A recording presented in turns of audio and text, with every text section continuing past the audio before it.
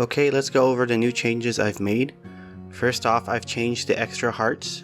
Now when you collect these heart expansions, as you can see, I've redesigned the look of the icon as well. Now when collecting it, it wraps a gold barrier over your heart, promoting sort of a shield to your heart. That way it's more clean for a UI perspective. I thought the old way I did it was too much free space being occupied. Next comes the inventory and hotbar. Now I have to explain what happened here. You see, I wanted to address an issue I skipped when I first began making this game, and that's the summoning system. You can only summon one plant, and I wanted to give the player a choice to summon other plants, but I had no clue as to how to go about this. So I saw a tutorial on how to make an inventory, and at the end of the tutorial series, it showed how to make an equip slot. Now I should have watched the tutorial to see what the end result is, but nope, I just basically say yeah, that'll do, and I rushed to implement an inventory system, even though I wasn't wanting one in a game just yet. After spending several days following, I finally got to the last video, and I hit a brick wall. Yes, he technically teaches you how to do an equip slot, but he didn't show you how to actually code it to use it. Now I felt confident in my skills to figure this out on my own. And let's just say I spent 5 days trying to figure this out, and I failed. I felt very burned out and depressed at this point. I felt down because I couldn't figure out how to make my summoning system. I want to thank Stupid Game Dev on making an amazing video on how to handle Burnout. Link is down in the description.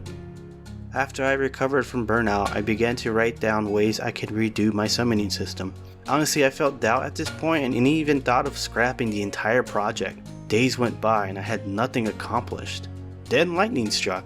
I hatched a different idea for my summoning system.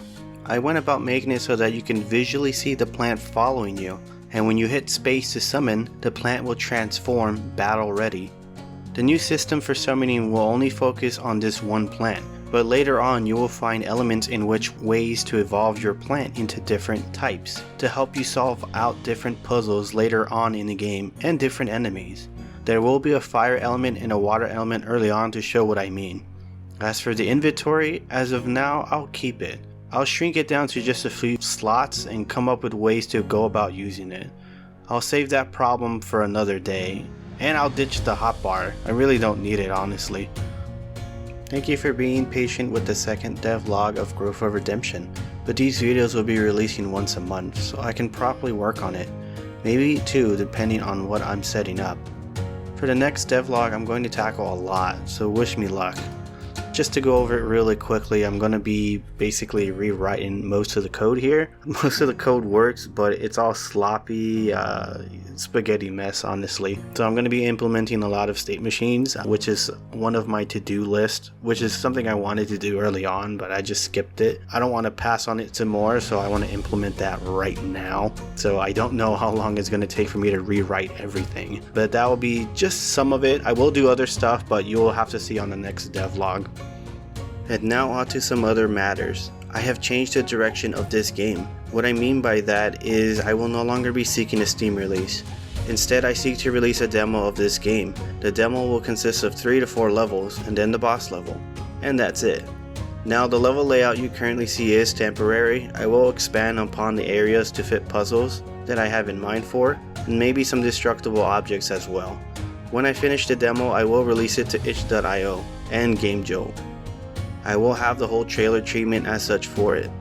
And depending on how well the demo does will indicate where I go with this project. If it's successful, then I'll fully work on completing the game. I will also stop on the devlogs when the demo is done as well. But if successful, I'll continue the devlogs as well. You can also see the version I released on the godot as a way of an alpha demo. That's all I have for Growth of Redemption. Let me know down in the comments on what you think of the new changes I made to the game so far. Make sure you like and subscribe. This is Ghostbit, and I'll see you on the next adventure.